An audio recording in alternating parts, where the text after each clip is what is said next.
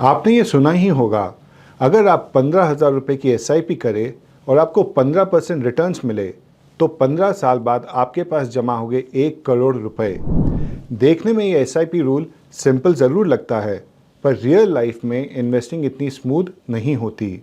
आज हम समझेंगे कि इस फेमस 15-15-15 एसआईपी रूल के पीछे का सच क्या है, क्यों ये रूल आपकी पूरी फाइनेंशियल प्लानिंग बिगाड़ सकता है।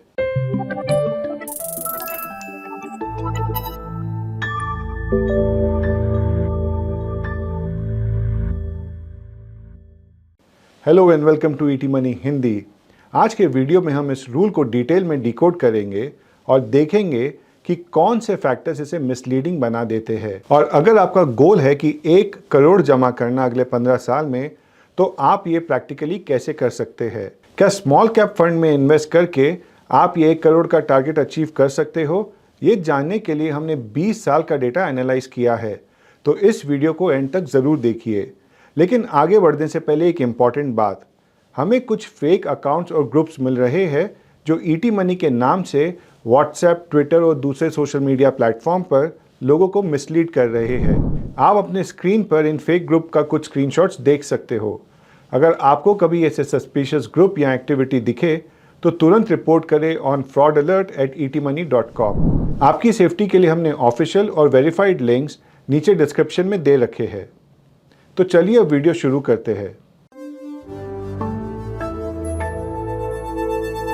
तो चलिए पहले 15-15-15 एसआईपी रूल को ब्रेक डाउन करते हैं। जैसे कि हमने वीडियो की स्टार्ट में डिस्कस किया, इस रूल के हिसाब से अगर आप 15,000 रुपये की एसआईपी करें तो आपके पास 15 साल में 1 करोड़ रुपए जमा हो जाएंगे। इसमें आपका टोटल कंट्रीब्यूशन होता है 27 लाख और बाकी ग्रोथ कंपाउंडिंग से आती है। इसी कैलकुलेशन को लोग 15-15-15 एसआईपी रूल के नाम से जानते हैं। अब सुनने में ये रूल काफ़ी मोटिवेटिंग लगता है, लेकिन रियलिटी थोड़ी डिफरेंट है। हर इन्वेस्टर के गोल्स अलग अलग होते हैं, मार्केट के रिटर्न्स हर साल बदलते हैं और इन्फ्लेशन आपके पैसों की रियल वैल्यू को काफ़ी इम्पैक्ट करता है। इसलिए अब हम आगे देखेंगे कि ये रूल फॉलो करने से क्यों आपकी फाइनेंशियल प्लानिंग बिगड़ सकती है और रियल डेटा आपको क्या दिखाता है। जब हम इस रूल में 15% रिटर्न्स की बात करते हैं तो वो रिटर्न्स अनरियलिस्टिक है। मार्केट काफ़ी अनप्रेडिक्टेबल है और इसीलिए एवरेज रिटर्न्स 15% अज्यूम करना एक सही एस्टिमेट नहीं होगा। हमने इसके लिए 2005 से लेकर आज तक के निफ्टी 500 के 15 साल के रोलिंग रिटर्न्स देखे और रिजल्ट इंटरेस्टिंग था। सिर्फ 10% ऑफ द टाइम्स रिटर्न 15% से ज़्यादा मिले और लगभग 40% ऑफ द टाइम्स रिटर्न 12% से भी कम थे। तो हिस्टोरिकली 15% मिलना बहुत मुश्किल है। आपको बहुत ज़्यादा लकी होना पड़ेगा इस तरह के रिटर्न्स पाने के लिए। अगर आप डेटा देखें तो मार्केट्स के अलग अलग सेगमेंट्स में 15% से नीचे ही रिटर्न्स रहे हैं। अब सोचिए, अगर आपको 15% की जगह 12% रिटर्न्स मिले तो 15 साल बाद आपका कॉर्पस 1 करोड़ नहीं, लगभग 75 लाख बनेगा। सिर्फ 3% के डिफरेंस से आपके गोल में 25 लाख का शॉर्टफॉल क्रिएट हो सकता है। यानी अनरियलिस्टिक रिटर्न अज्यूम करना आपकी लॉन्ग टर्म प्लानिंग को काफ़ी डिस्टर्ब कर सकता है। अब एक और गलती जो इन्वेस्टर्स करते हैं, इन्वेस्टर्स कई बार ये मानते हैं कि अगर ज़्यादा रिस्क लेंगे तो ज़्यादा रिटर्न कमा सकते हैं। इसलिए लोग अज्यूम करते हैं कि मिड कैप और स्मॉल कैप फंड्स आसानी से 15% प्लस रिटर्न्स देंगे, लेकिन डेटा कुछ और ही बताता है। हमने पिछले 20 सालों का परफॉर्मेंस देखा। स्मॉल कैप इंडेक्स ने 15% से ज़्यादा रिटर्न्स सिर्फ 20% ऑफ द टाइम्स दिया है और आधे टाइम्स ये रिटर्न्स 12% से भी कम रहे हैं। मिड कैप फंड्स थोड़े बेटर है, लेकिन इनके रिटर्न्स भी काफ़ी अनस्टेबल रहे। तो क्लियरली ज़्यादा रिस्क लेना हमेशा ज़्यादा रिटर्न्स नहीं देता, कभी कभी ये उल्टा भी पड़ सकता है। इसीलिए इन्वेस्टर्स को इसके लिए मेंटली प्रिपेयर्ड रहना चाहिए।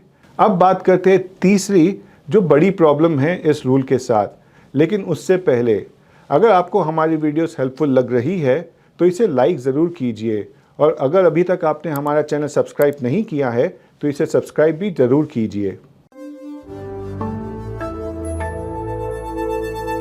तो अब तीसरी बड़ी प्रॉब्लम ये है कि ये रूल इन्फ्लेशन को पूरी तरह इग्नोर करता है। आज 1 करोड़ सुनने में बड़ा लगता है, लेकिन 15 साल बाद उसकी वैल्यू उतनी नहीं रहेगी। अगर आज इन्फ्लेशन एवरेज 6% रहे तो 15 साल बाद का 1 करोड़ आज के टाइम में सिर्फ 42 लाख के बराबर होगा। मतलब नंबर बड़ा लगता है, लेकिन उसकी असली वैल्यू उतनी बड़ी नहीं होती। इसलिए इन्वेस्टमेंट करते वक्त सिर्फ रिटर्न्स नहीं, इन्फ्लेशन और रियल वैल्यू दोनों समझना जरूरी है।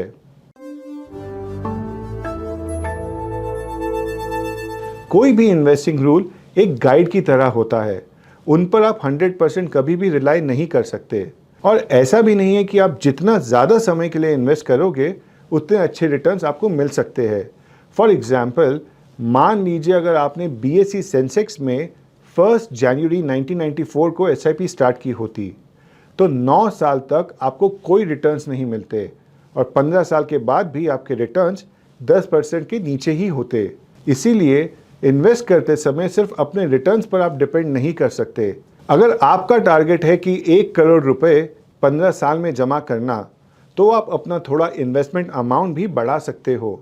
अब आप स्क्रीन पर जो टेबल देख रहे हो वो इस कॉन्सेप्ट को समझाने में काफ़ी हेल्प करता है।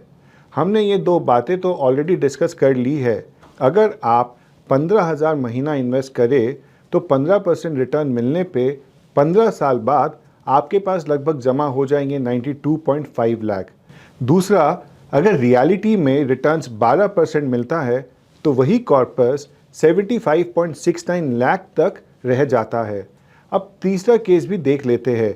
अगर आप हर साल अपनी SIP में 10% का स्टेप अप करें तो वही 12% के रिटर्न्स पर आपका कॉर्पस बढ़ के हो जाता है 1.3 करोड़। मतलब सिर्फ रिटर्न्स पर डिपेंडेंट रहने के बजाय अगर आप अपना कंट्रीब्यूशन बढ़ाते जाते हो तो आपका वेल्थ क्रिएशन प्लान और भी स्ट्रांग बन जाता है। हमें उम्मीद है कि आपको ये वीडियो ज़रूर पसंद आया होगा। इस वीडियो को आप लाइक और शेयर ज़रूर कीजिए। अगर आपके पास कोई भी सजेशंस हो या टॉपिक आइडिया हो तो कमेंट में हमें ज़रूर बताएं। हम फिर एक न्यू वीडियो के साथ आपसे जल्द ही मिलेंगे। Mutual fund investments are subject to market risks. Read all scheme related documents carefully.